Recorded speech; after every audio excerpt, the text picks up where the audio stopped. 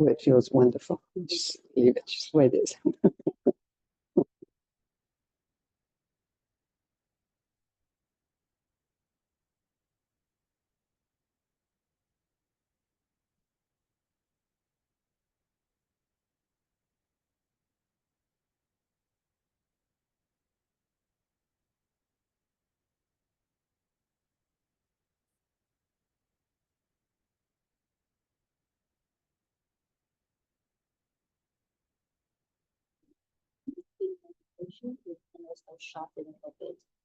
Okay. Someone's doing that. Is someone leading the meditation, or am I? No, I just mean when we normally receive meditation for 30 minutes. Oh, I see. Mm-hmm. And shorten it. Oh, okay. And so I will lead the guided. You want me to? Okay.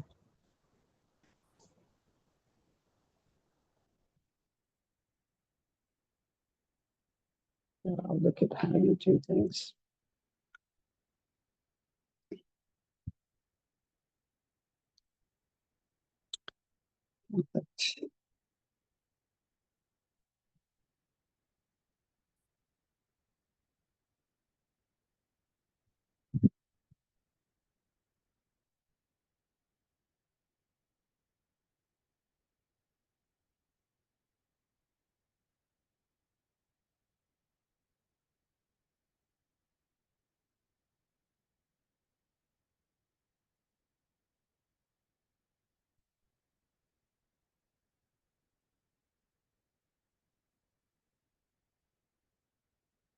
So, dear Sangha,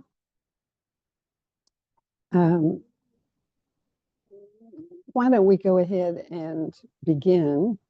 We know that probably others will come. We know how the rain slows everything up. You're riding a motorbike in the rain and the traffic, it's a little bit dangerous. So I hope people are taking their time. But why don't we go ahead and as a small group begin to check in, and I'll wait to invite the bell until after this group has checked in, and we'll start with the bell just before we do our guided sit. So I'll bow in and begin.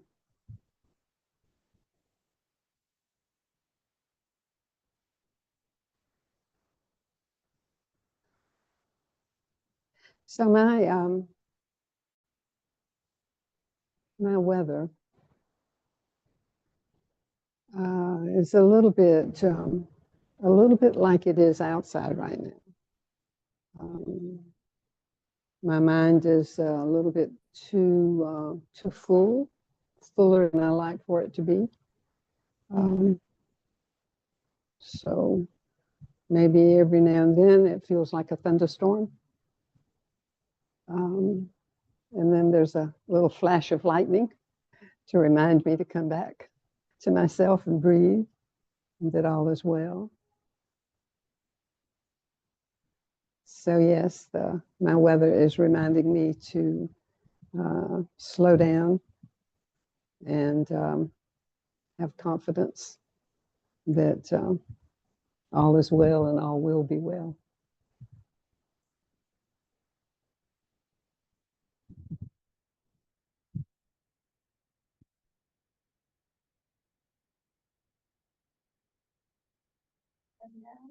My name is Plum.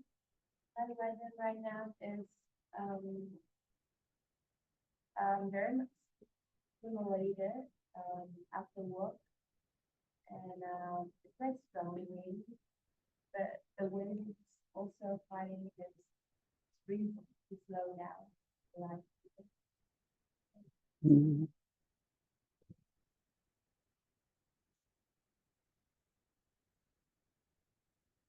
Sunday, slow.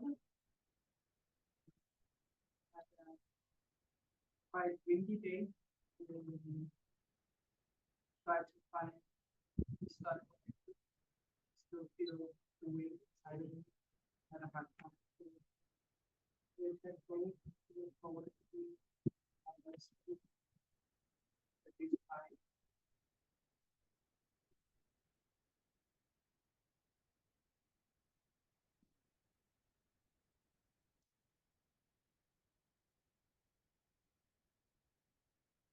Sangha, my name is Anika. My weather today is a clear blue sky, and what we have calm weather today and yesterday after stormy season.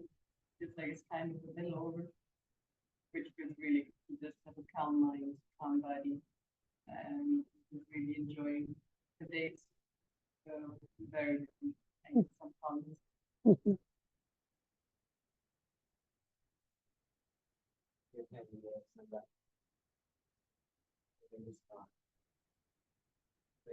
been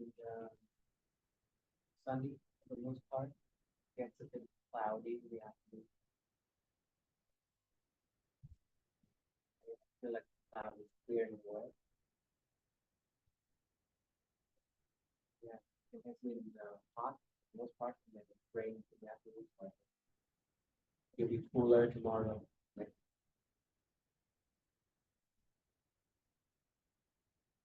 Yes, I was Santa. And free. I've had a quite a busy day. Um, so it's nice, but there's also a lot of things. I practiced yoga earlier. I keep thinking and thinking during the yoga. Yeah.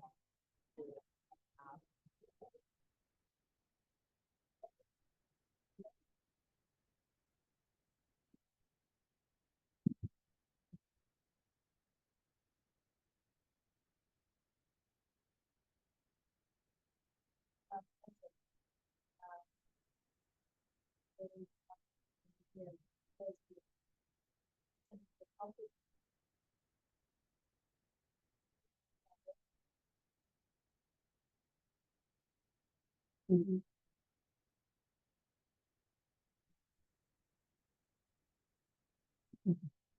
So,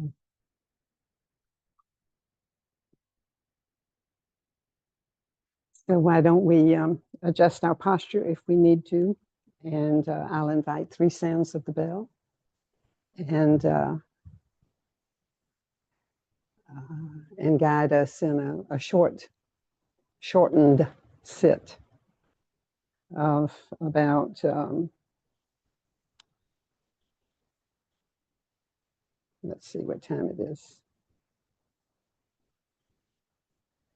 So let's say about 15 minutes, maybe 20 all total.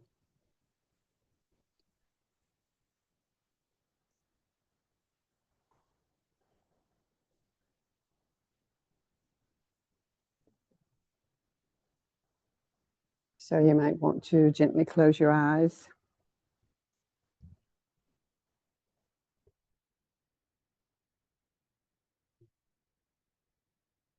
Bring your attention to your breathing.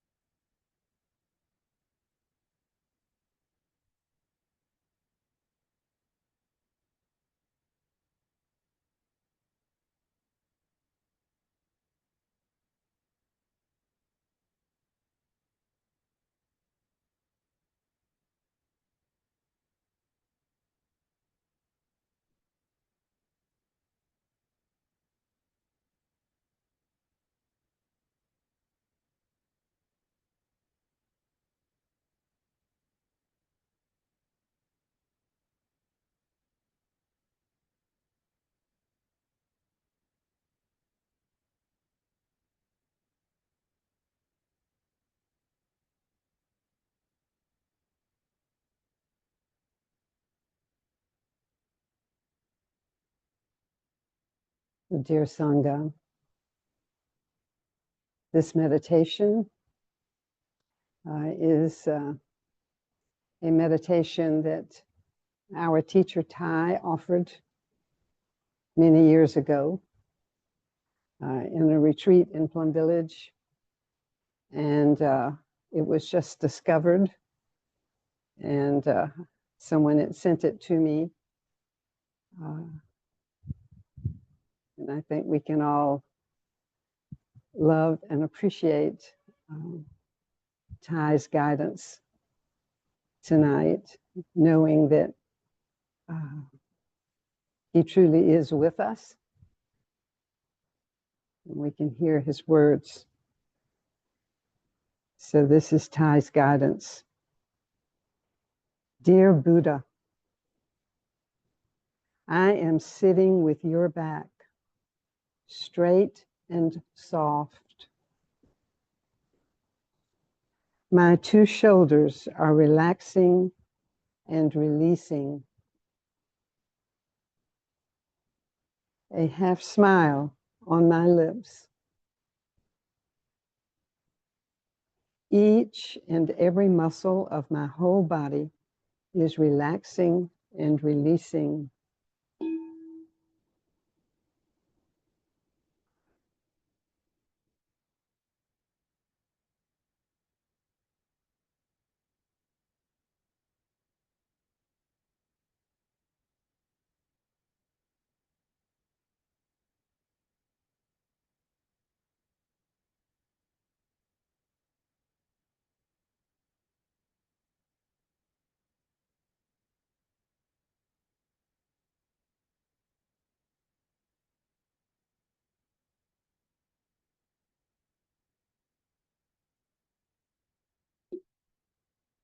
Breathing in, I feel you, dear Buddha, in every cell of my body, sitting straight in the lotus position, completely letting go.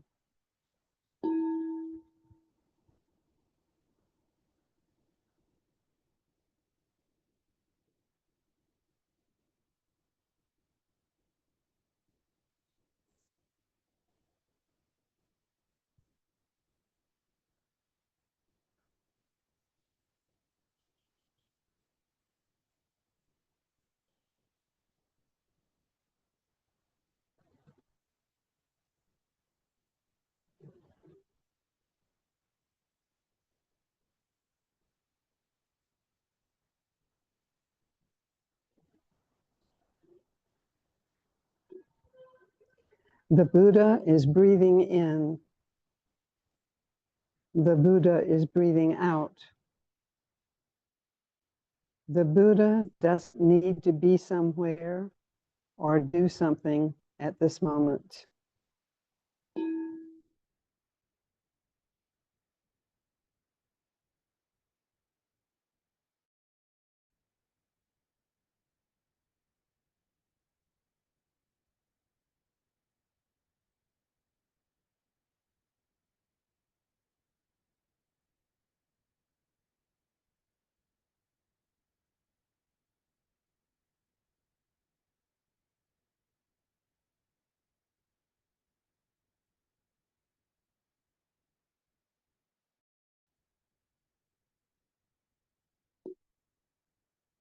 I and the Buddha are not two different, separate self-entities.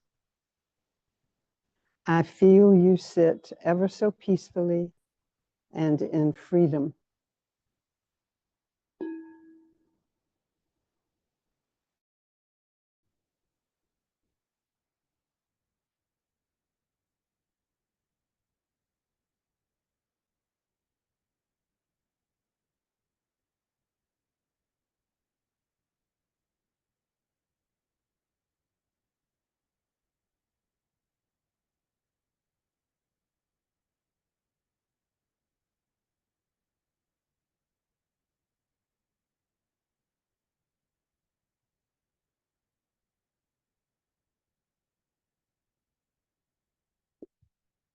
Breathing in, aware of all of life's miracles, inside and all around. Breathing out, a half smile on the Buddha's lips.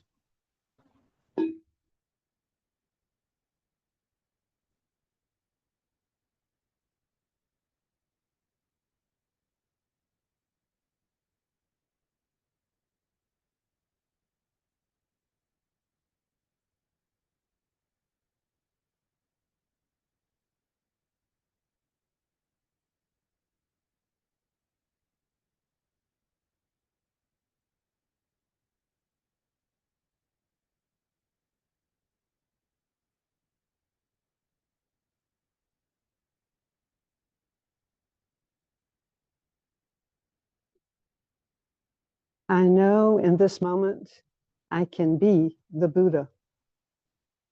I'm completely at peace in myself, free from the past and free from the future.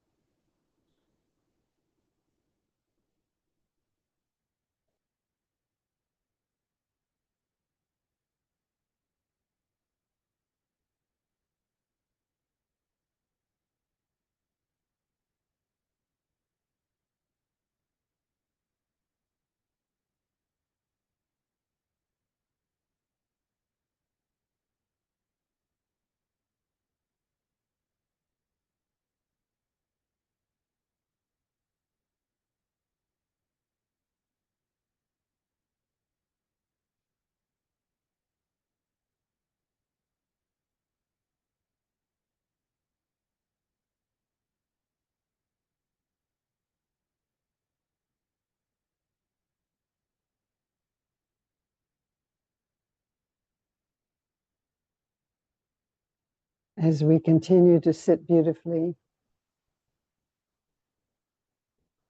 we can continue to follow our breathing.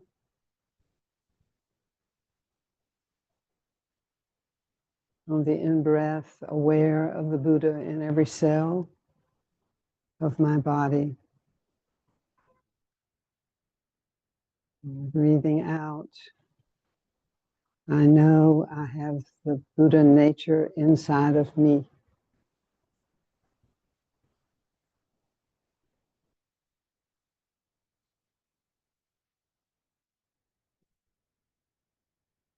Breathing in, I'm aware I don't have to go anywhere. I don't have to look for anything. Breathing out, all that I need is right here, right now.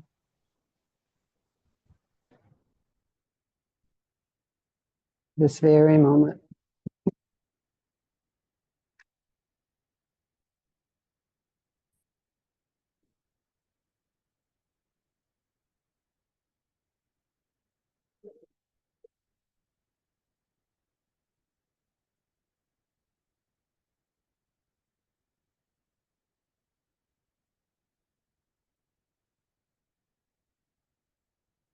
There really is nothing more important than this very moment.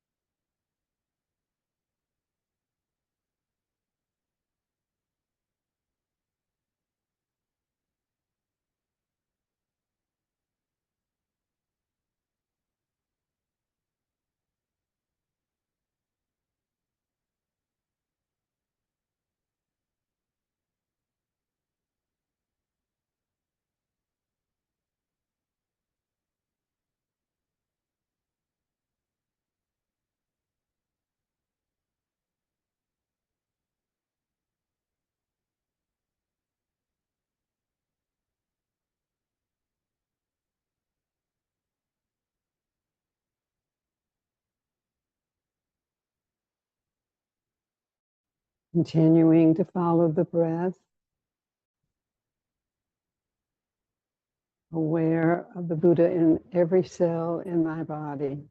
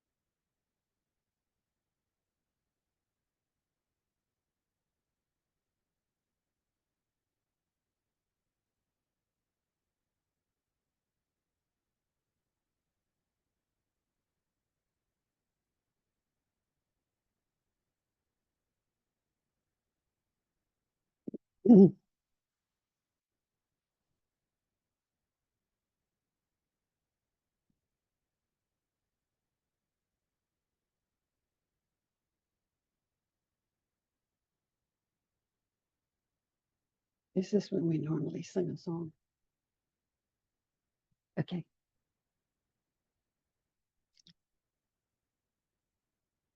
If you can.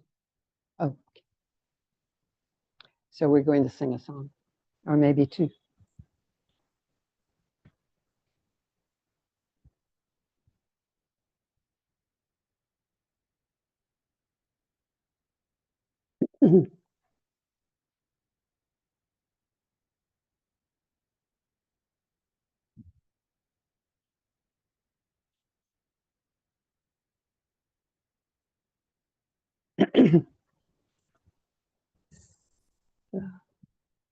Oh, thank you.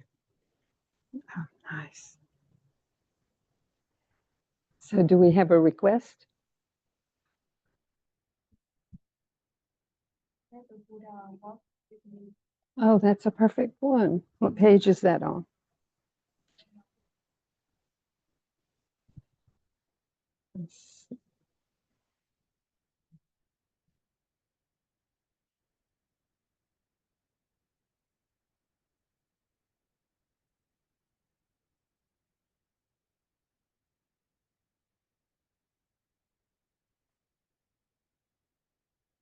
Mhm.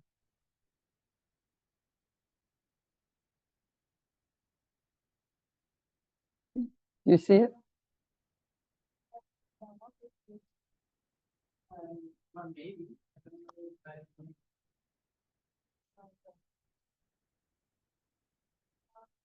if is it not in here? You can sing and we'll follow.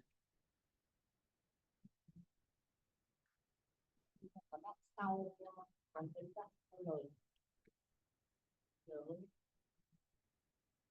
đúng ở đâu. I see some songs I've never seen before, or heard of.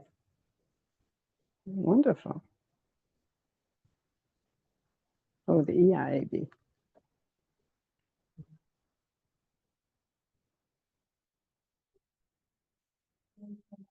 Yeah. Okay. You think of another one that maybe? Oh, good. Yeah, good, good, good. All right.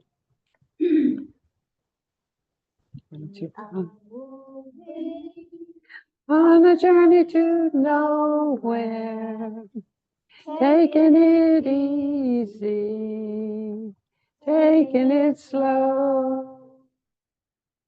No more worries, no need to hurry, nothing to carry, let it all go.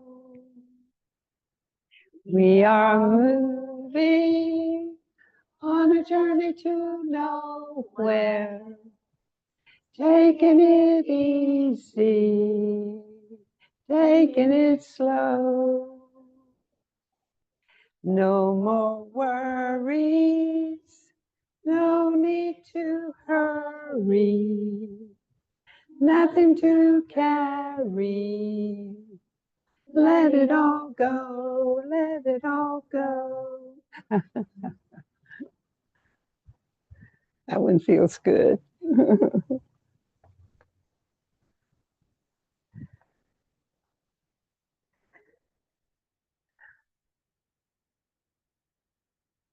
So, dear friends, dear Thai, dear Sangha,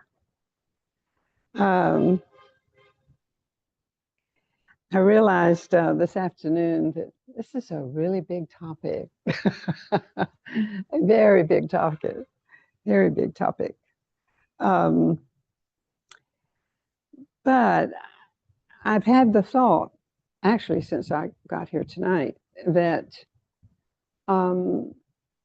some of us might not be aware or might not have thought of it exactly like this, might not have made the connections. Thinking about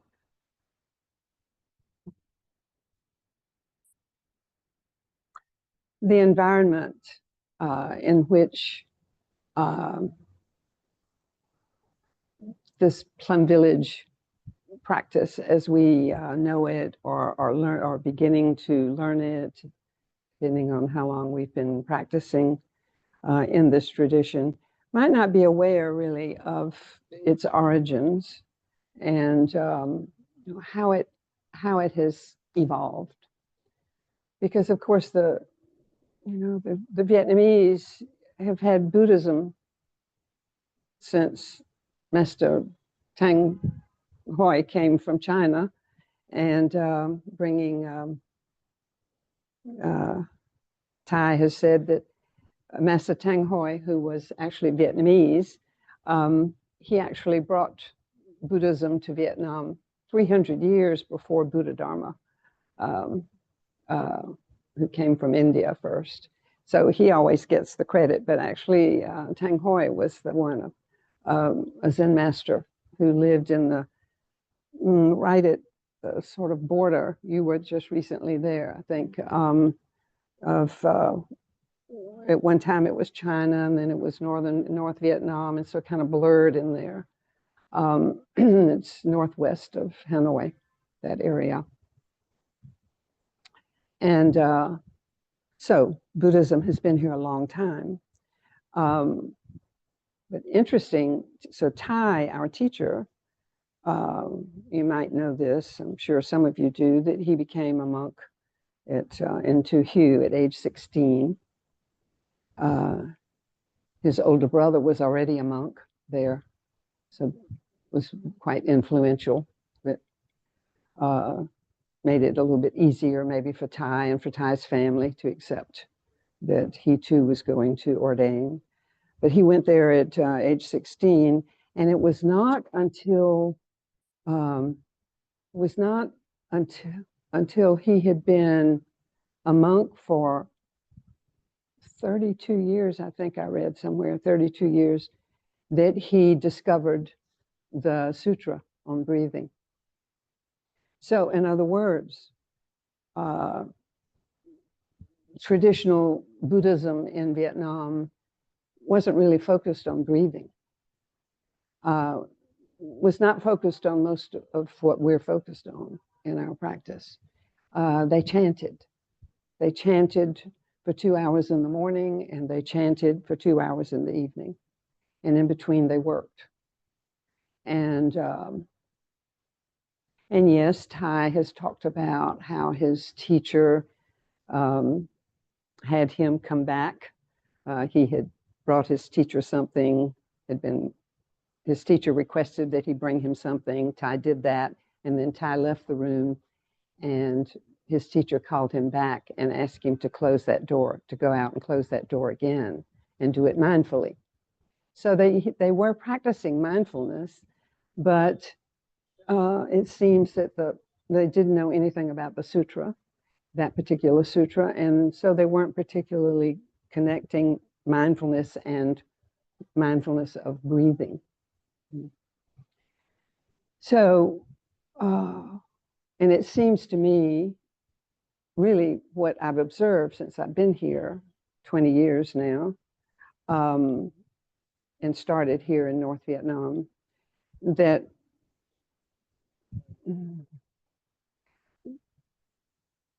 our Vietnamese sisters and brother can enlighten us some on this, but I'm sure, but I think maybe they would tell us that their ancestors focused maybe more on devotional Buddhism. So a lot of bowing, it reminds me a lot of my experience with Christianity in the US, and that is praying for something, to get pregnant, to have success in business, to fall in love, that kind of thing.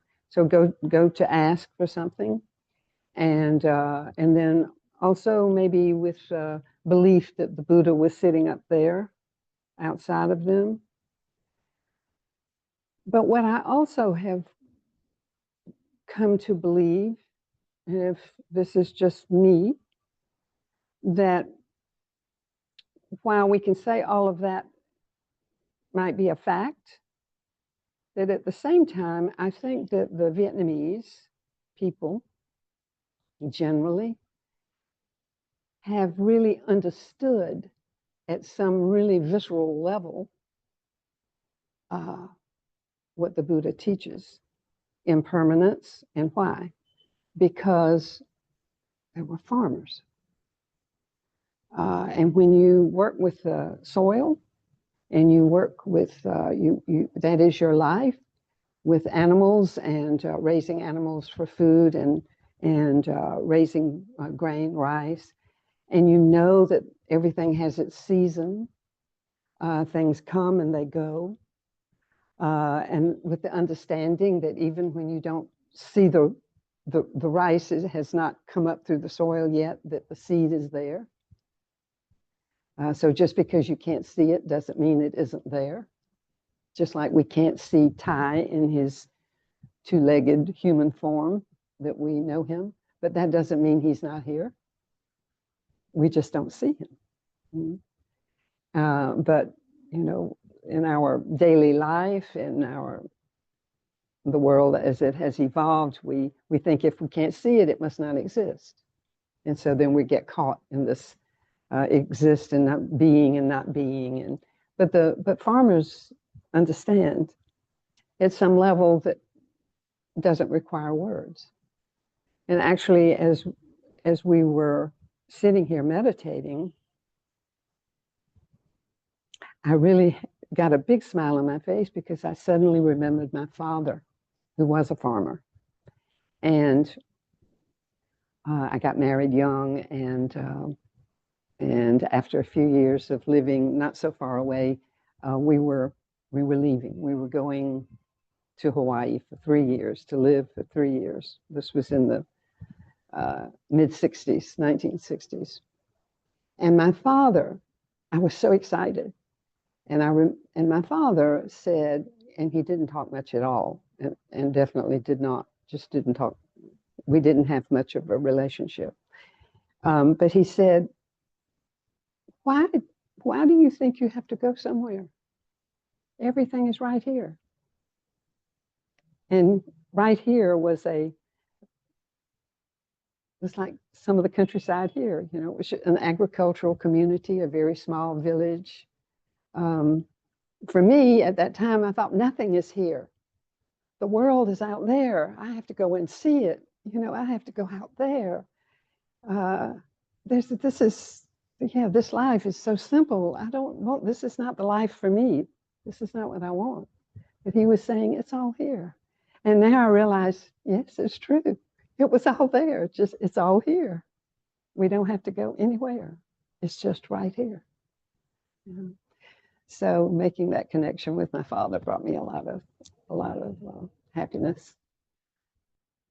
Yeah. So I think probably all of us are aware, but I'll remind you that our teacher also, there's a big part of how Plum Village tradition has evolved, that the time in which he was a young monk, and there was the war with the French, and then after that, the war with the Americans, and bombs, and chaos, and people suffering. And there he was in a, well, he'd already left to Hue and Hue and was in Saigon, but in his mid-20s, late 20s. And he said, you know, we can't just sit on a cushion and meditate. It's not enough to do that. Not when people are out there suffering and the bombs are dropping and the villages are being burned, and we have to do something. When you know something is happening like that, when you know that there's injustice, when you see it and you know it, you have to do something. And he always says that. He says, when you know something, you have to do something. Now, it doesn't mean you have to do a huge something, but you have to do whatever it is there that you can do. Or why? We drown in feelings of guilt. We ourselves are suffering, so we begin to feel helpless. And I think that is a feeling that many of us have right now, because so much is going on in the world and we want to do something, but we don't know what that is. So we just have to pay attention to see what that is. Maybe it's sign a petition, maybe it's, I don't know, different for different ones. But Thai in those years then, and Sister Chen Kong, who was his first real disciple. She's like 12 or 13 years younger than Thai. But he became her teacher, and she is full of energy and ideas, very creative woman. And so she was very instrumental in helping Thai, supporting Thai to start something that was called the School for Youth for Social Services. So you've heard of that. So they trained thousands of young people to go out into the villages and rebuild bridges, rebuild houses, and then have the village be bombed again, and they'd go back and rebuild it again. And they did that over and over. But they were out there helping people. So Thai has always been an activist, and that very much is part of our practice. That's the 14 mindfulness trainings. When you take the 14 mindfulness trainings, when you commit to those, which Tui and Tuang Wang have just done that in Plum Village in March. They're committing to a life of service. And that can look different for different people. It can be focused on Sangha building, which they certainly have already done that for years. And I suppose that is, you could say that's first love, but other things might come along too. But that's the background. And then when, so Thai was always agitating, which is why there was always trouble with the government, whether it was the government in the South or the government in the North or the government in the US. It was because, why? I think we all realize that during a war, there are two sides. And usually, I think it's probably safe to say always, the people involved don't necessarily want peace. They want to win. And don't we notice that in ourselves sometimes when we get into a disagreement with another person, with a friend or our partner or our parent or sibling? Gosh, you know, that energy of wanting to win the argument, to convince the other one, you're wrong and I'm right. And of course, in a war where people are shooting and dropping bombs, that's the extreme of that. But it's the same. It is the same. It's that insistence on, I'm right and you're wrong. And I'm going to prevail. I will not quit until I prove it to you that you're wrong and I'm right. Never mind if we all have to die doing it. Yeah, so so Thai was not a very popular person in the 60s in South Vietnam because he was trouble. You know, he was making waves, we say. You know, he was rocking the boat, we say. You know, he would not be quiet, so he was writing a lot. Under his name and also under pseudonyms. And then he went to the US. He was invited to go there. He went and he met with McNamara and he met with people trying to, and became good friends with Dr. Martin Luther King, and who then came out against the war. And at the same time, what was happening in the US, but the civil rights movement. And so that really was sort of the same, you know, injustice there. So they were brothers immediately because of that. And but then when Thai came back, or at some point when Thai was still there, he got the word that he could not come back. So he was exiled, and because he spoke French and had relationship with French people, the French let him in. And that's how Plum Village began in France rather than some other country. France took him in. But it was some years, you know, before Plum Village started. I think the early 80s. So in those first years in France, Thai and Sister Cheng Kong and others were very involved with the peace talks. And then finally, you know, the war ended in 1975. And, you know, and I think here we are, the foreigners here tonight, how fortunate we are that we get to be here at any time, really, you know, but especially this year. I thought, wow, this is like the, you know, I felt that I could understand somehow how the Vietnamese, not all Vietnamese, I'm sure, something like how it must have felt for my ancestors after the American Revolution. Because why? So many politics involved, too complicated, and nothing that I could ever really totally understand, or surely never talk about. articulate it, but I think it's clear to me that when we think of cause and effect, and my understanding is if you want to know why something happens, look at the effect. And so whatever you want to call this war that happened, the American War, Vietnamese War, the effect was that the Vietnamese finally, after 1,000 years, had every foreigner out of here. You know, it's out. This is our country. And so for the first time, not for the first time were you united, but for the first time you didn't have some outside force, some outside military, somebody exploiting you, somebody saying, we're in charge here. Bring me a cup of tea. And that's the way it was under the French. The Japanese were here, the Chinese were here for 1,000 years, and the Vietnamese were not in control of their own country. So I think of it as, and it doesn't really matter what I think of, but I do think of it as more of a civil war. The kind of war that we had in the 1860s in my country, the civil war between the North and the South.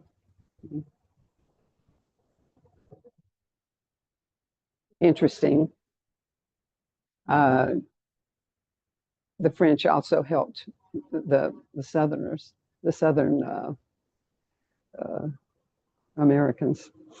Yeah, so that's just some of what happened here, and then Thai leaving and taking with him what he had learned, what he had been taught, but he knew that there was more. There was more to that Buddhism could be of greater service to the people. That it didn't have to just be something that sat in a pagoda, and when people were ready to come, you know, for the rituals or the whatever, that it could be part of your life, how you live your life, and could improve your life, and it could lead to a happy life. So his focus very much was on what's the word I'm looking for? Well, he wanted to change. He was looking for something that and the phrase he coined was engaged Buddhism. So he wanted a contemporary Buddhism, something that really worked for the people. Reform, that's the word I'm looking for. He wanted to reform Buddhism. Recently, we had, some of you know that the Loving Work Foundation, we had our retreats in Vietnam, and we had 5 weeks, 5 consecutive weeks.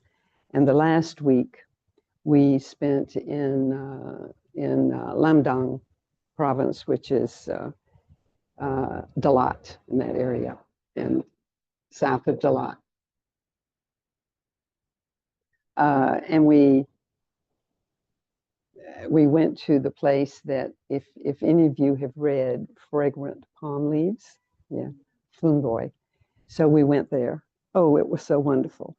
So I have a wonderful photo of myself that I like a lot, that someone took, because I took the book, and we did walking meditation on the land. And the people who own it were very kind and showed us this foundation of where this hut had been and so on. And then we all sat in a circle, and I read Thai's words from Fragrant Palm Leaves. It was very moving for all of us, because he loved that place. He loved it, and he wrote about it a lot. And he obviously thought about it a lot for years, even though it was only a reality, that place, for them, for him, and for his friends who were with him, other monks, a little over a year. So it was quite a short time in his long life, but he thought of that place with such nostalgia and affection, and felt it, because that was where they sat around and they talked about What can we do? How can we do this? What does it mean, engaged Buddhism? What does this look like? And so those were really the seeds of the practice that we have now. But the practice we have now also has just greatly evolved. And as I said, anytime you take something, including us, I feel, and you put us or you put something into another culture, then this something, because this is the truth of interbeing, that we're not separate, we're all impacted. So, to live some years in Vietnam, I am not the person I was when I came here in 2005. And I've been greatly influenced in ways that I don't even know and couldn't talk about. But I know it's true that I am the way I am because you are the way you are. But also because you are the way you are. And I'm sure that, so we don't just go through life being unaffected by the environment. And so that's true of when Thai, there he is with his ideas and a lot of what he's written, the practices, the chants, the things that are chanted even today, his poetry was greatly affected by being in the West. Not just being on the land, that's already a lot, but also being in the company of people from so many different cultures, Europeans, Americans, Australians, people who came to Plum Village and who have come. So it's everything, impermanence, everything is always changing, taking new form. And so we have the practices that we have now. We have the focus on arriving, on being in the present moment. I doubt that the venerables, in a way, they probably don't talk about, arriving in the present moment. I don't know, maybe they do. But, and especially those who don't necessarily practice in the Plum Village tradition. I think they're still focused a lot on chanting, a lot of chanting. Same as in Tibetan Buddhism, it's the same. It's really about chanting. You don't have to even understand the words. You just chant. It's the vibration. You don't have to understand what it is, what you're chanting. So there's something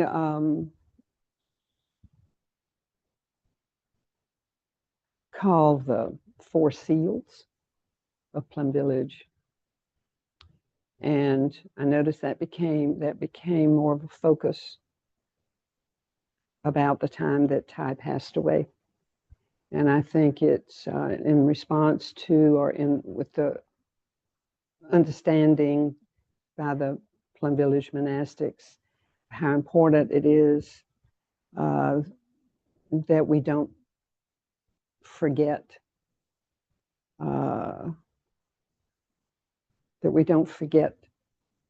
what our teacher has given us. I think maybe that's a way to say it. And I said, so how do you know what is an authentic Plum Village practice? How do you know that when you go to a sangha, and I've had this experience, and maybe some of you've had this, you go to a sangha and it calls itself a Plum Village sangha, but what are they practicing? What are they focusing on during their evening sessions like this? What is the focus? So you look at that, and if it's not present moment and breathing, it's not truly Plum Village. That is what's called the first Dharma seal of Plum Village. I have arrived. Arrived where? In this moment, here, right now. So that's the first interaction I had with our teacher, 1998. He asked me, so have you arrived?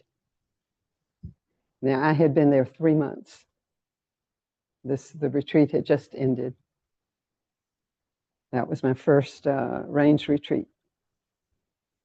I had had 1 week retreat and then went to Plum Village for 3 months, France.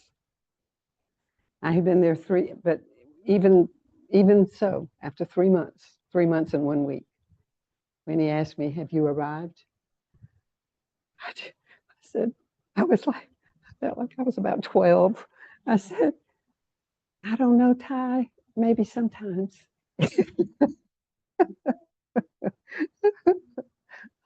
But it was true. It was true. It was true. Maybe sometimes, maybe sometimes.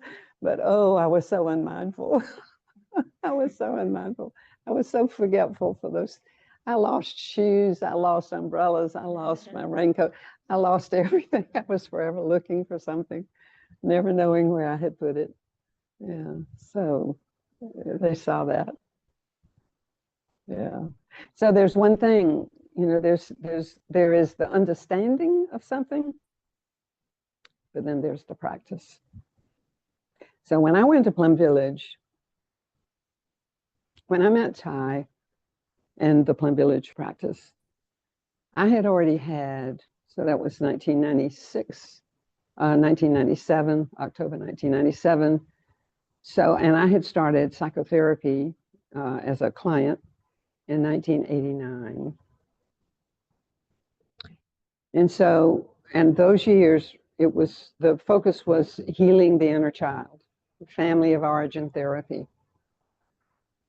And the first retreat that I attended with Ty was for mental health professionals. And some of you have heard me say I was very resistant. I had never read a book by him. I couldn't say his name. I couldn't pronounce his name. Why would I go to that? But my dear friend, who also was not his student, just kept saying to me, I don't know, I think, aren't you going? And I said, no, I'm not going. Why would I go? Anyway, it's for mental health professionals. I'm none of that. I'm not a social worker. I'm not a psychiatrist. I'm not a psychologist. She said, oh, I think you're qualified. But that was because she knew how committed I was as a client. So, and it's true. The teacher and the student are not separate. So, yeah. So I was both teacher. I was both student and teacher. And so, of course, when I went then and heard Ty, well, of course, actually, when I saw him and when I watched him walk, that was it. For me, I knew he was my teacher, but also, obviously, what appealed to me was that this form of Buddhism, Plum Village, Ty emphasizes that the Buddha was the first physician. So it's about healing. It's about suffering, and it's about healing suffering, transforming suffering. And I don't know how many of you have had experience in other traditions, but I lived for some months with Tibetan nuns. I cannot honestly say that I practiced Tibetan Buddhism. I went to meditation. I read tons of books. I loved reading the books, but I wasn't practicing anything really. But I was understanding a lot, and but that was not a practice. So it was not until so there were in that tradition, and also Theravada that I had been exposed to, there was nothing about relationships and healing the inner child and understanding your parents, and there was nothing about that, But when I got to time, Plum Village, that's what it's about. And we hear that, don't we? And it's like, yes. So it's mindfulness of the body and the body, what's going on in the body. And that was also my psychotherapy. That was what my root guru, Ty says, the teacher who births you spiritually is your root guru. She was a psychotherapist, wise woman. And she would say, so, Trish, what's going on in your body? Or she would have us all close our eyes and she'd say, look down inside. Now open your eyes and tell me with one word what's going on. So it's a little bit like checking in. You know. For months, really, my first months, my word was confusion. It's confusion. Like, what is going on? My mother had just passed away, and I didn't realize mother's died, and so I was quite confused. What was this? How could a person be here and then boom, not here? Where? So that was for a long time. As I've been working on a book forever, and my first title was Mother, Where Did You Go? And then I decided it sounds too childlike because I was a child. I was reduced to infancy, really, by her passing. So I came through all those stages, even the bubblegum chewing stage. I was 12, 13 for a while during therapy. So really coming through the stages of development, all those years. So, yeah, so you don't find that in other traditions. You don't find the focus on Sangha because you don't find the focus on, or I haven't, on interbeing. There's a lot about impermanence, but I've never, and Thai coined that phrase, but of course, the traditional classical Buddhist teachings teach about non-self, but that's, so we can hear that, okay, there's a non-self. What does that mean? I don't exist? I'm not here? What does it mean? So it wasn't until I got to Plum Village and heard interbeing, and that the flower has everything, has all the elements in it except the flower, and that it can't live by itself. Whereas Thai says so poetically, a flower cannot be by itself alone, and neither can you. You cannot be by yourself alone. You cannot be without your father, your mother. They're inside of you, all your ancestors. All of our, so have you heard that anywhere else? Have you ever heard anybody talk about the animal ancestors that you have inside of you, that I have inside of me, that we all have? Our vegetable ancestors, our mineral ancestors. You don't hear that. You don't hear it. You don't hear Father, Son. You hear it in Native American spirituality. They talk about Mother Earth and Father, Son. But so this is Plum Village. And so you recognize it right away with the focus on the breath, the focus on breathing and being present. And also going as a river. So that's the Sangha. And so what does that mean? So that ties in with interbeing, non-self, that we're a collective. As Thai says, you could throw away the I pronoun because there is no I. There's only we. I'm a we, you're a we, and we're a we. So when you go as a Sangha, and so you just came back from the wake up retreat, and you just came back from the retreat in Plum Village for the ceremonies. I just came off of 5 weeks with Sangha. There is nothing like spending some time with the Sangha.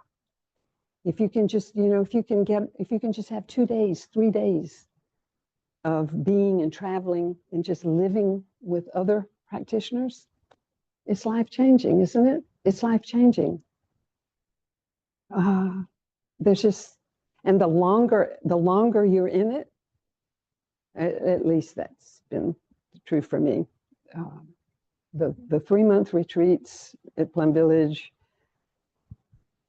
the 3 months of coming here in 2005, when Thai came for the first time, and traveling with the Sangha, and there were people who left, who said, and who wrote me later and said, how did you hang on? How did you do it? I was exhausted. at the end of it, I thought I could just keep going forever. I was so energized by the Sangha. You know, I just went with the flow. And when, so I didn't know that phrase then. I knew going with the flow, but I didn't know about going, but it was like going as a river and just letting go of any need to know anything. And all I had to know was where to be when, you know, what time was the bus leaving in the morning. But other than that, I didn't try to know what that building was over there or how old that thing was, and even today, you know, I find myself sometimes in places that look vaguely familiar and I think, was I here one time? Maybe in 2005? Yeah, maybe we came here. And then somebody will say, yes, Trish, we came here. Yeah, but I never had the names. I didn't keep notes then. I didn't keep a journal, which maybe I regret a little bit about that because memory being what it is. But yeah, so being with the Sangha, giving yourself over to the Sangha, even when you meet just once a week, you begin to think a different way. You begin to realize I'm not really alone. You begin to really get it so that you don't ever really have to sink into loneliness because you're not alone. You're not alone. You've got Sangha brothers and sisters. Sharing in a sharing circle. Very powerful. My lineage name is Concrete Practice. So what is that? Concrete practice of the mindfulness trainings. Ethics. My true name, Concentration on Peace. I have earrings that one of them says concentration and the other one says peace, but I could only find one tonight. So I wore it. It's peace. Some of you know Chang. She makes these. Yeah, she made them, but I've managed to lose one at Plum Village, Thailand. So maybe one of you will find it one of these days. But I bring that up because I think it's really important to have the practice of remembering your name. And if you have a true name, to really get in the habit of introducing yourself using that name, because it means, you know, Trish tells you nothing. It tells you nothing about me, except that I'm a Westerner. It's not a Vietnamese name.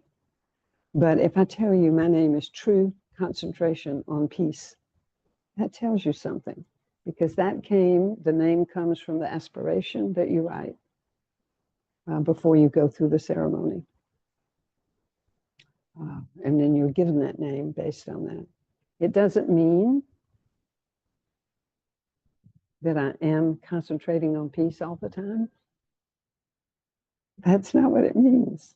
But it means that's what I value. That's what I want. That's the direction I'm going in. That's my aspiration. I'm sure that when I wrote that aspiration, I didn't say, I aspire to concentrate on peace. I didn't do that. What I told them, I'm sure, was, I feel like an insane person or something like that. My mind is, oh, my mind, oh, my mind. And from that, they said, oh, okay, what she's really wanting is peace. She needs to concentrate on it to get it, to have it, to develop it. We manifest what we focus on, which is why we like to watch our thoughts and make sure that we are thinking about what we want rather than what we don't want. So we all have that habit energy, don't we? I do. Of getting caught up in fear sometimes, anxiety, and the what ifs, and thinking, oh, but if that happens, then what will we do? And then, you think of it as planning maybe, but it's really focusing, and it's fear-based. And it's focusing on what you don't want, and you're putting energy into that. Thoughts are energy. And we know that where we put our energy, that's what blossoms, that's what grows. So very important to change the channel. When you discover that you're having a negative thought, a negative feeling, you can acknowledge it. It's part of what's going on. It's not to say, oh no, Trish, I shouldn't be thinking that, or I shouldn't be feeling that. That's not it at all. Acknowledge it. Yes, okay. All right, little girl. So you're getting kind of scared here because there's a lot of uncertainty around your life right now, but that's okay. I'm grown up. I can take care of you. That's the way you talk to your inner child. Yeah, you recognize that all these fears and anxieties and anger, frustration, all of that is based in the past. It's all back there. It's rooted back there. It's rooted in childhood and ancestors, maybe in parents' childhood. It's been transmitted to us. But we don't have to live from that place. Instead, we recognize it, we honor it. We have a practice, we have a sangha, we have a path. We don't have to be afraid. We don't have to worry anymore. But we do anyway. We do anyway. But that's why it's called a practice. So I know I've kind of rambled around, but there's a lot.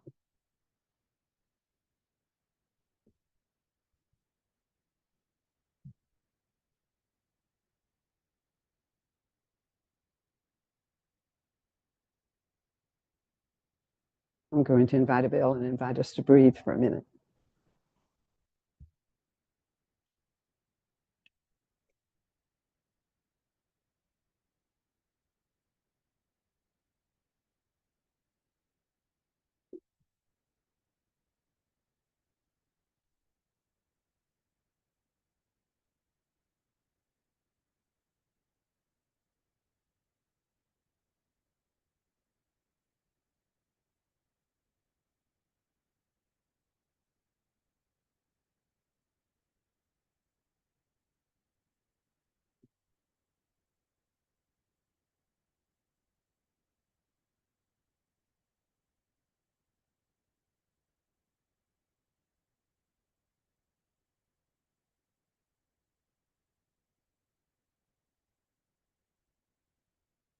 Something else I think that sets us apart, us being practitioners in the Plum Village tradition. So I was reminded of being at a range retreat, winter retreat at Plum Village, France, which again, that's something that I don't think any other tradition does, as a matter of fact. The range retreat traditionally was always for the monastics, beginning with the Buddha and the first Sangha. It's a time for them to rest and focus on themselves, and not go out to serve the people. But then Thai decided to open it up. So all of that coming from his focus on engaged Buddhism, saying we don't want to keep it just for ourselves, make it available for everybody. And so at this range retreat, there was a monk from Korea, a really sweet man, and I sat in a lot of circles with him, small circles. He was very, very quiet. He never said anything. I thought, well, he doesn't speak any English. He never talked. Well, he didn't speak much English, but finally he spoke. And he said, I'm going to paraphrase a little bit because it's been some years, but he said, in Korea, in my monastery, and then what he described was essentially what Thai described that his life was at Tu Hu when he was a very young monk. We work, we sit and we work. We sit all day long and then we work. And that is our life. But here, he said, there are Christmas trees and people are wrapping packages for Christmas, and they're talking about New Year's, and then there's going to be a festival of some kind, and then people talk about, oh, well, now we're having eating meditation, and now and we're going walking meditation. And he said, in Korea, we just sit. And so that is a big difference, you know, it's a big difference. So you can understand why for so many people, actually, I've heard people say this when they come to Plum Village. What? People here don't sit. Yeah, what kind of practice is this? We don't sit that much. We say, yes, but we're breathing all day long. You know, we're trying, well, we're doing our best. The practice is to practice all day. When we're walking, when we're sitting, when we're talking, when we're not talking, no matter what we're doing, when we're brushing our teeth, we're practicing. So no, the sitting is the least of it, actually. It's the least.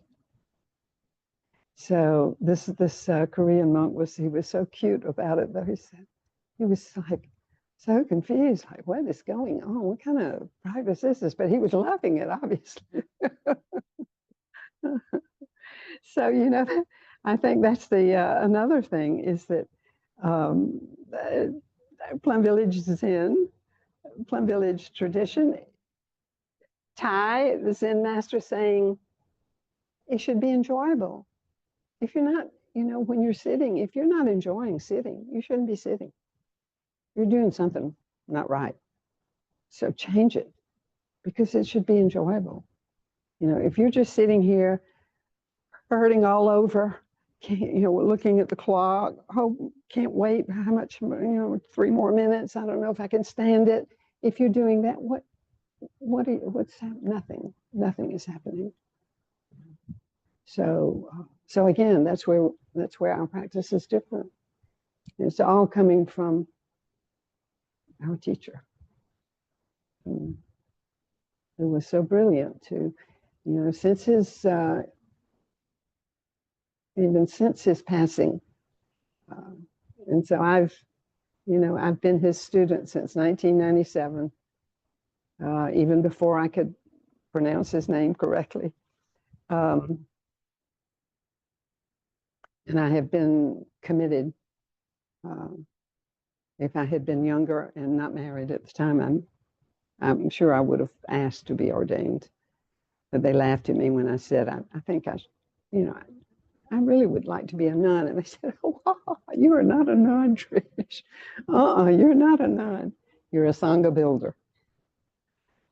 And they were right about that. I don't think I would have been a good nun.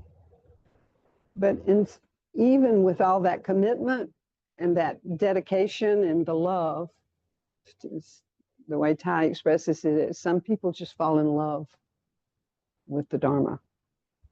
And I fell in love with the Dharma. The Plum Village style helped me with that. But even so, since Thai's passing, I think it feels like I don't know about every day, but I continue to feel even more appreciation.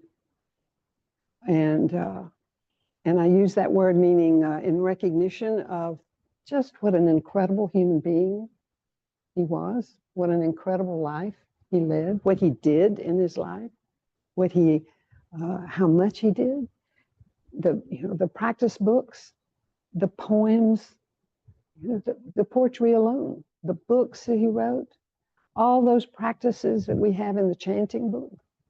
He wrote those.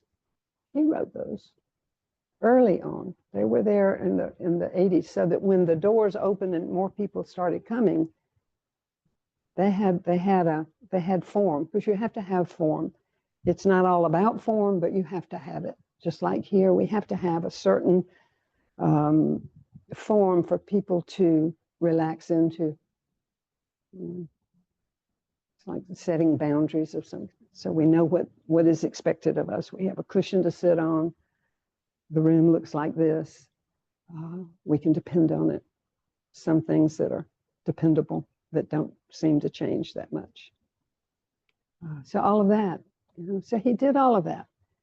And then I read about, all the things he was doing all over the world with world leaders that I was oblivious to, didn't necessarily know, because I wasn't reading all the fine print in the news, but a remarkable person, and I feel so much gratitude. Just can't even express how much gratitude for having met him. And if you never met him, it doesn't mean you didn't meet him. You met him through his work, through his students.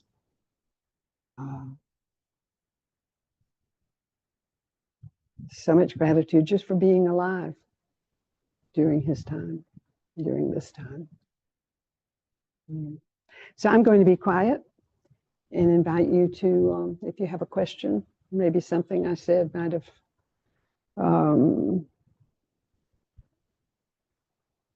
or you might have an answer to a question that hasn't been asked. So please bow in.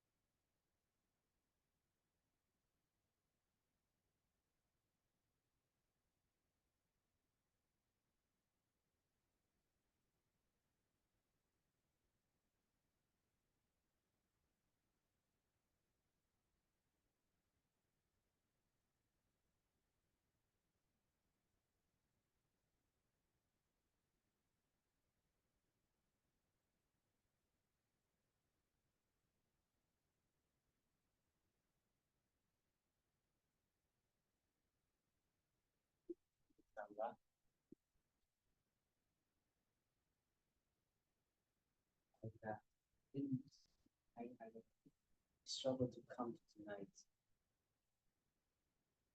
meeting because it was raining.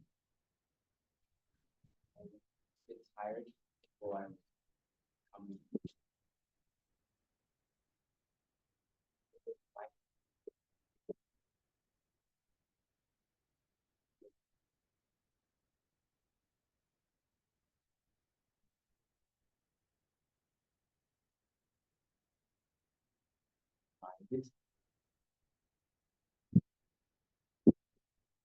So my true name, true Dharma name is true stillness of feelings. Chân.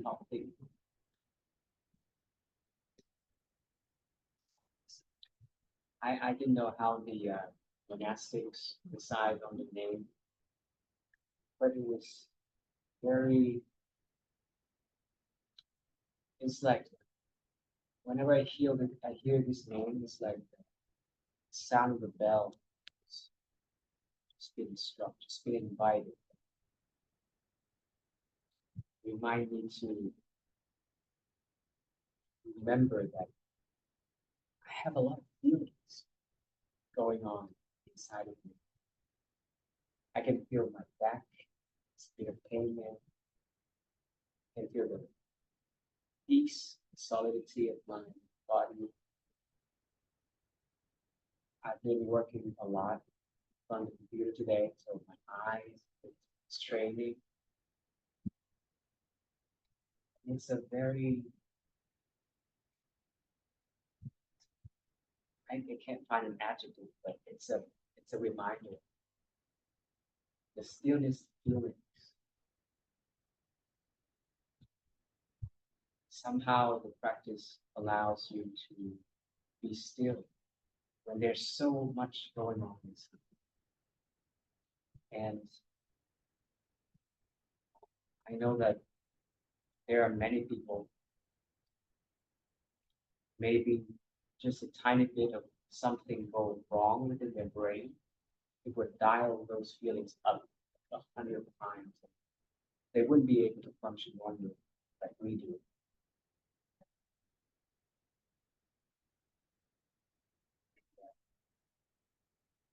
This name means something. You might not know the story, but I was the last person in the group who wrote the letter to receive the training. I was the last one. He was among the first. I didn't really want to receive the trainings,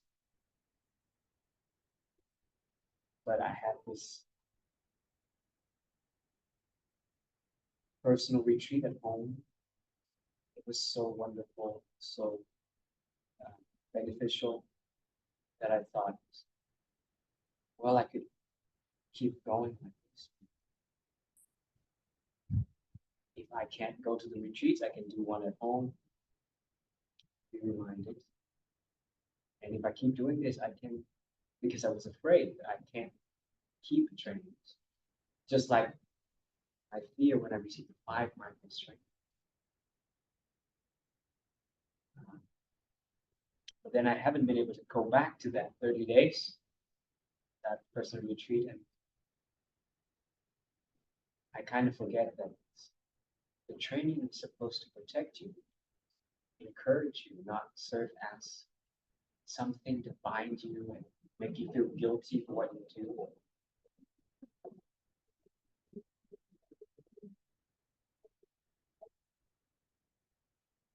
Thank you so much for the talk today. Really reminded me of the encouragement, the trust that Sangha put in. Remind me that I have a lot of help coming from my name. I just embrace it. And I'm alone when I don't have the Sangha. I'm reminded I have the Sangha, I have a new name.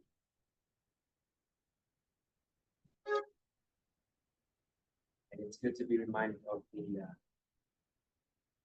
subtle truths that I has rediscovered. I work in tech. AI is a big thing. It's dragging everything along with it.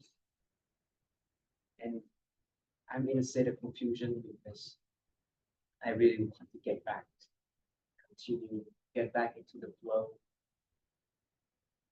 But I feel like there's a reason why the practice of Plum Village is helping us so much. And I see that in Tibetan Buddhism, they focus a lot on, I think, finding the miracle. And AI is all about miracles, finding miracles in one moment. They remind us that nature is a miracle. Walking on earth is a miracle. Don't be anything.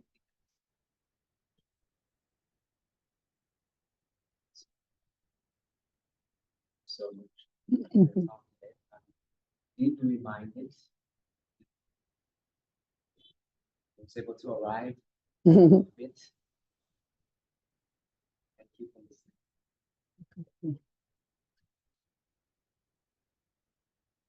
listening.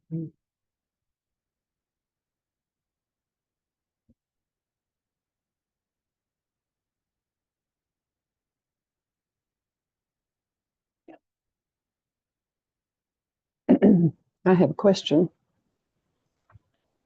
How many of you have taken the 5 mindfulness trainings? And how long ago? Between 1 year and a half ago. 1.5 years ago? I received it 2 years.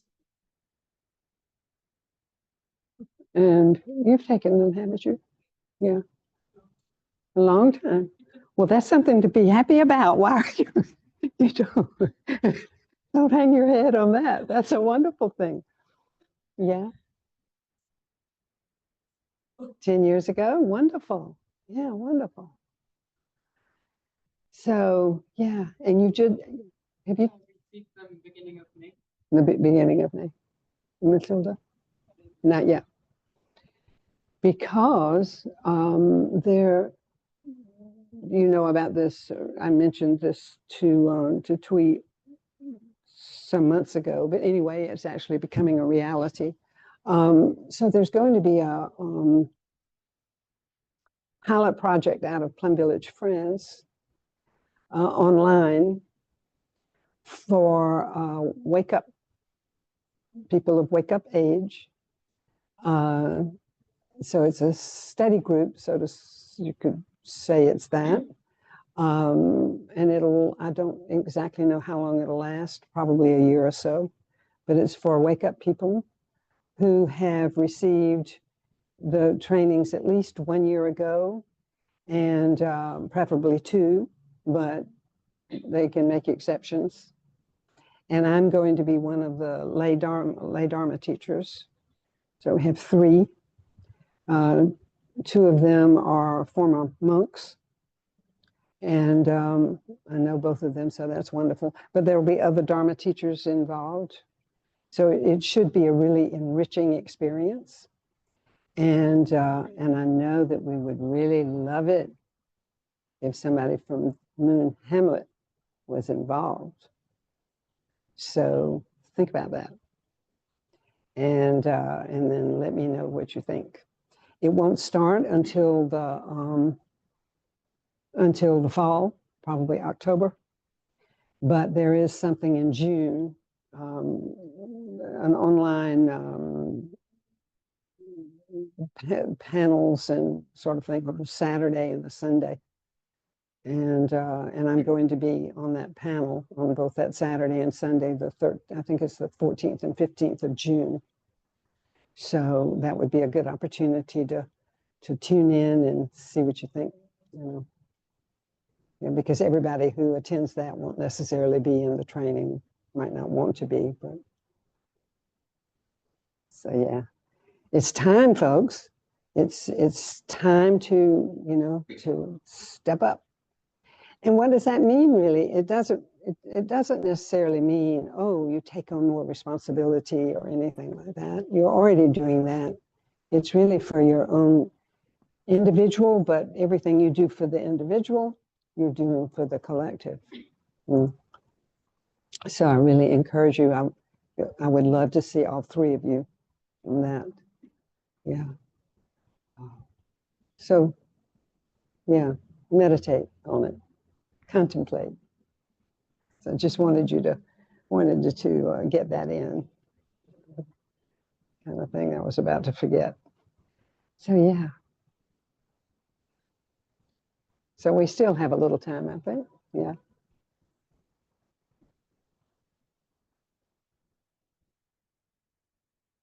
$25 of 10. Well, I think it's as long as yes, everybody's okay. I'm okay to stay another 10 or 15 minutes to give us time to share. Thank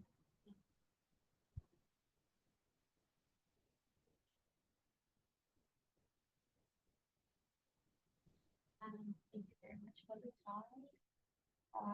I was very tired, but I get every word just comes very naturally in that I don't really need to try to focus too much. Yeah, it just during the talk, I just see a lot of my journey. All along since I was a little, since I haven't even heard about his name and all that.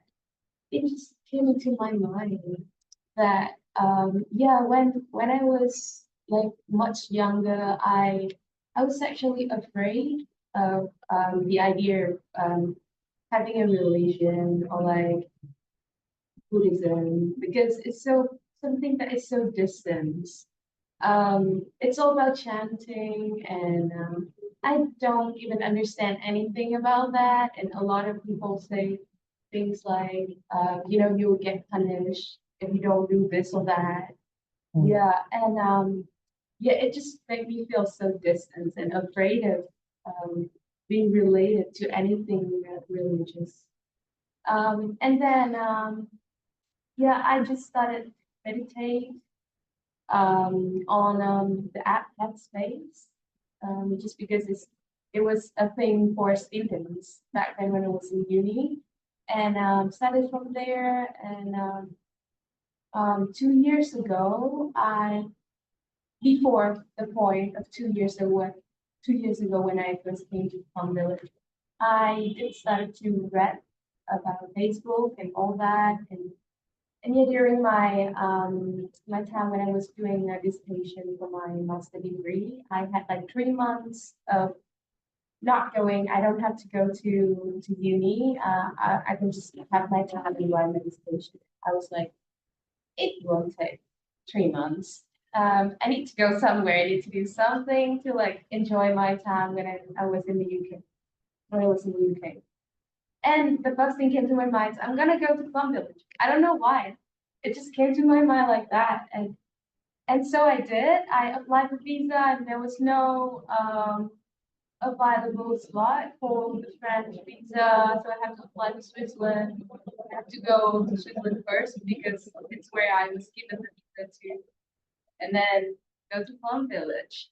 And it's weird because I just started to open up so much in that 1 week when I went to the wake up retreat, and it now feels to me like I spent months there, even though it's just 1 week. And I remember the first time that I had the sat on the in the circle with my Dharma family, I cried like I was shaking when I introduced my name, and it was just introducing my name. No one's gonna hurt me or anything. I remember I was shaking, and one of the friends were crying as well, and I see a lot of like tension between people have to show up in the circle and like introducing themselves, but I just immediately feel so relatable with all the teaching, with how people sing and people enjoying their youth while they're practicing. And I think it's just beautiful. And that one time, it was the first time that I went to Plum Village, and without hesitation, I took the body mindfulness training. It's just like I didn't know about it before, but when I heard about it, I was like, yeah, that's exactly what I'm living toward. Like it's what I'm committed to. And it just goes so naturally. And yeah, I've never used my Dharma name in I've never had a chance to use my Dharma name in any of the circle, in any of the retreat, but the name was given to me was a protective family of the source. Protective Family. family of the source. Yeah, and it was because I wrote down that I felt like it's so natural. It's like I finally found the community to walk with me because I felt really lonely before. But after being given that name, I didn't feel so connected to it during practicing, but not until now, recently. Because when I was given that name, in Vietnamese it was Nguyên Hậu Gia, and Nguyen is my family name, and without the tone, it's Nguyen. And Sister Ding, who gave me that name, she said that, you know, your Dharma name, your spiritual family given you a name with Nguyen, but your family name is also Nguyen, so you have two families. There's always like someone walk with you, and well, yeah, it was interesting like that. I thought it was just like, yeah, it's a coincidence. But then now when things started to, lately things started to go a little bit stormy in my family and all that, and I see a lot of like, um, yeah, a lot of suffering in my parents started to evoke as they started their retirement. It just, they have more times, and I think there's more space for things that has been buried way under just to come up to the surface. And it just I just see more reasons to commit to the practice. And I remember why I started. It was because I see a lot of suffering in my dad, and I see a lot of suffering in my mom as a woman, and in my grandma as well. And I think, yeah, family was a very big reason for me to start my journey, to continue this journey. Yeah, I have never met Kay before, but last week I went to the chat for VSAT. It's just a decision in a blink. I just decided to go because I was so stressful with work, and I decided to take 3 days off. Sitting in the meditation hall, singing with everybody, and in that moment, I just feel so touching. Looking at the on the altar, there was Kay's picture, and during that, it was just 2.5 days, and we sat there to meditate. We ate in the meditation hall. We sing, do deep relaxation, and I just feel so so touching because Pace has went such a long way all around the world, and I was actually didn't find my spiritual path at home at all up until when when I went abroad to the UK and I started to go, and my first Sangha was in London as well. And I just feel so touching with the journey of pace and being able to sit in the meditation hall just next to the root temple where it all started. Yes. Yeah. I just cried when everybody was joyfully singing. And you're feeling weird as well, but yeah, it was Wonderful. such a special thing. Wonderful. Mm.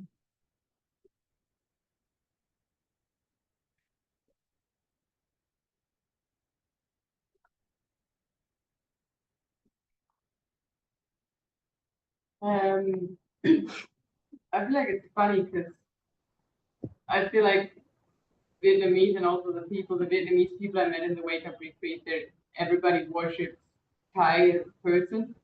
I mean, I'm from Germany, so I have a bit of an issue following one leader. But being in the Wake Up Retreat, to me, it was all about the community. And it was the first time in my life that I felt unconditional love. I didn't have to do anything. I didn't have to say anything. I didn't have to perform. I didn't have to be anybody. I could just sit there and hold hands with random people I never saw before, singing, and I could fall asleep at deep relaxation if I felt like it. I didn't have to know the words. I could just sit there and enjoy the singing or the chanting or whatever it was. And I have a quote on my phone, and it says, "Be still and heal." And I feel like it was never permitted for me to just be still and heal. I always feel like there's a pressure to be productive. There's a pressure to do something, to just do more, gain more, just do something. But being still never felt like a process of healing. Being still felt like being stuck and being not in the process. So that was a huge change for me to realize that the healing is in the stillness actually, and in the not doing anything. And I felt that with the community at the Wake Up Retreat, I was actually able to be still and not do anything because everybody around me didn't do anything. We were all just meditating and being still. And I'm having such a hard time doing that in a normal society, like outside of the Sangha, where everybody's rushing and there's always something going on and everybody is reaching for more success, more money, whatever. Just laying there in the meditation hall being sung by a beautiful voice, sounded like a lullaby sung by my mom or something, falling asleep and feeling like this is actually healing way more than 2 years of therapy that I did before. Just because I am unconditionally loved. I don't need to do anything right here. I just need to lay here and be still, and that is the healing process itself. I think that is what Thai gave to the world, the Sangha, the community. And I'm more worshiping the community, the feeling I have in the Sangha and the community. But it was very, very special for me. I think especially in the West, we don't explore. I have never experienced that before in my life. I'm grateful that people get to experience that actually through Plum Village, wherever in the world it is. Yeah. Thank you. What's the name? What's your lineage name? My Dharma name is Courageous Smile of the Source. Courageous Smile. Beautiful. So that's the lineage name. We get the lineage name from the five when we receive the five, and that puts us into the lineage of Plum Village. And then when you receive the 14, that's the Dharma name. And it used to be on the certificate in English, incorrect, but that is something about the Vietnamese translation that so almost everybody's confused about it. So, but yeah, thank you for that. Courageous Smile.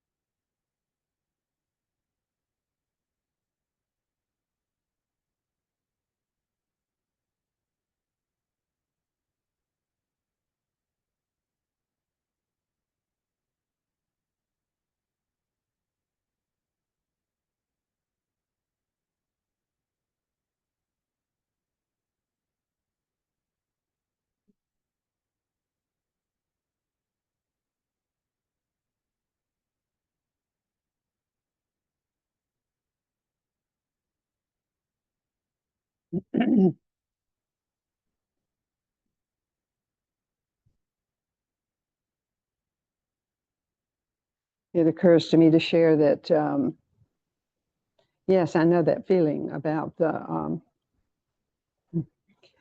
falling in love with the community or realizing. I remember in 2005 traveling with the Sangha here in Vietnam, and the last 3 weeks we were in Quy Nhon, and the monastics didn't have time for us. They were on their own retreat, resting up really, and so the lay people were in a hotel. We had our own days of mindfulness and so on. And we all agreed, we don't care where they are. We don't even miss them. We're just having such a wonderful time with the community, with the lay community. It's like, we don't care where Thai is. We don't miss Thai at all. We don't miss the monastics at all. It was just, we were just laughing about it, realizing how much we were loving being together. And and hearing Annika talk about that, it reminds me, because we were all Westerners. And for many of us, including me, it was a first experience of just really feeling so joyful in a group of people that I didn't even know, like we were all just loving each other and just being ourselves, just to be yourself. Yeah. No lipstick, no, hair all, we didn't care. It was just be ourselves, just be natural and normal. Yeah. And the other thing I wanted to comment on is I volunteered to work on a project. So you'll be interested to know about this project. I think it's called Living Gems.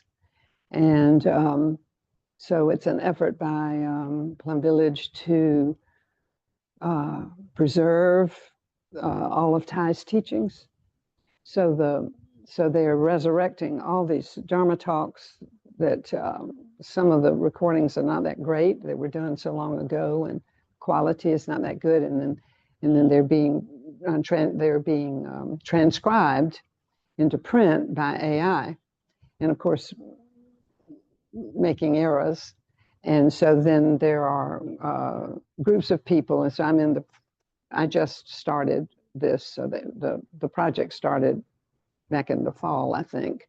And I actually volunteered then and then said, no, I can't do it. But there's a first group and of validators, we're called. And so we go in and make the edits that we see. And then it goes to the second group, and then they make more edits, and it's like that. It goes like that until it's just perfect enough. And so the platform will be open. And right now there are 90 talks that are ready to publish in October. And there'll be many more, I think, before October. But the lovely part of it, while it is time consuming, 4 to 6 hours a week to do this, there you are watching an old video, a talk that Ty is giving, and then making the changes, and then replaying. Wait a minute, what did he say? Trying to hear it, then slowing down the speech. Today, he talked about, this was on no birth, no death, and this talk, and he's talking about how does he, I don't remember what he says now, but I cried as I watched this and listened to this, because he's talking about how our parents and grandparents, our ancestors, while they had their strengths and they had their weaknesses, and they perhaps, and I think for most of us it's true, they did not have the opportunity. They didn't meet a teacher. They didn't meet teachings. They certainly didn't meet a sangha like this, and they had no chance to heal and transform their suffering. But he's talking also about interbeing and how they are here.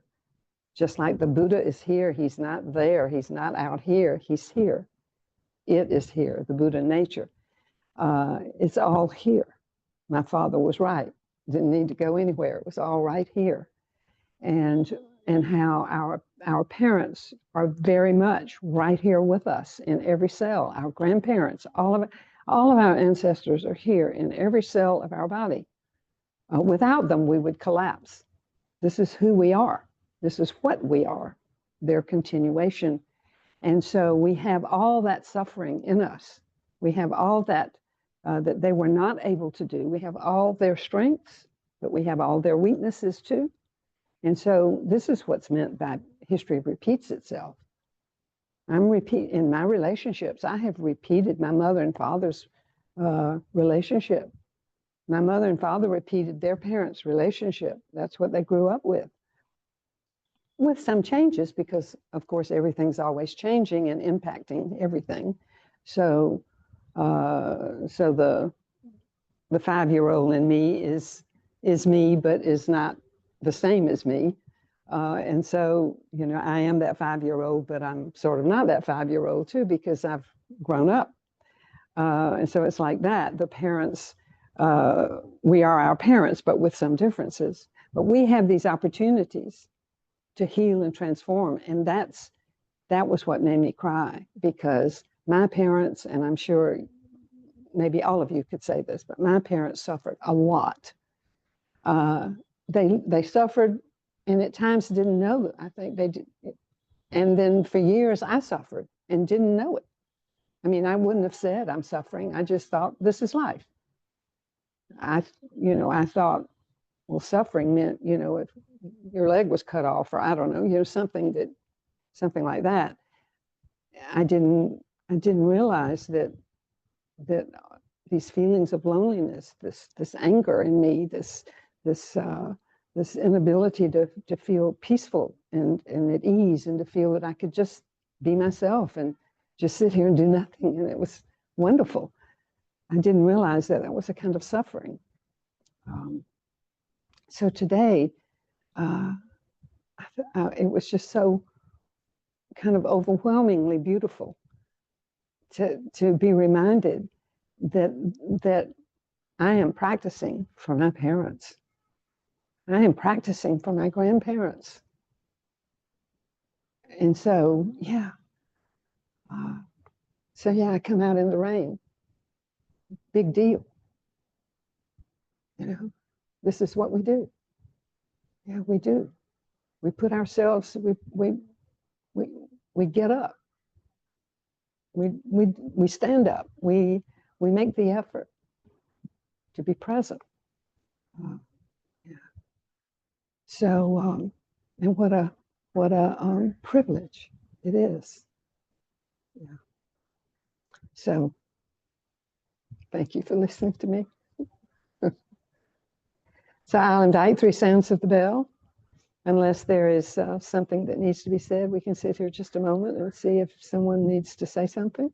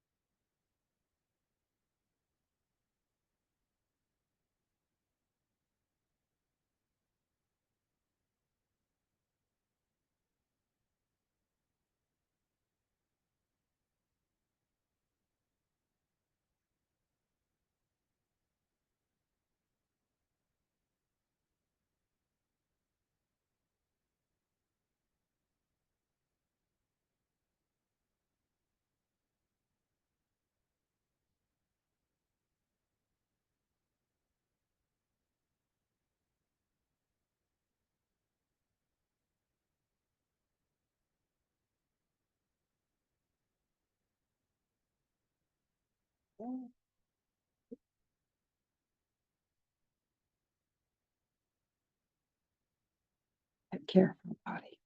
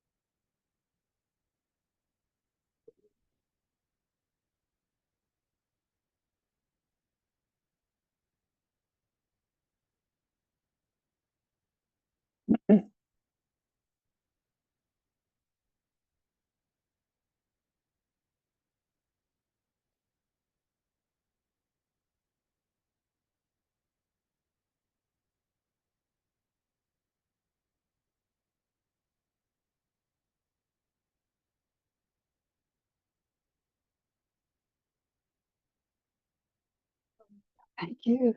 Yes, thank you. So happy to see all of you. We will see you for a long time. You won't see me for a long time. Will you go to the retreat? Yeah, I hope so. The plan is to come back here in late September. We're trying to have a retreat at Deer Park, a loving work retreat, and do some work for them. That would be mid-September, and then come back, and then there.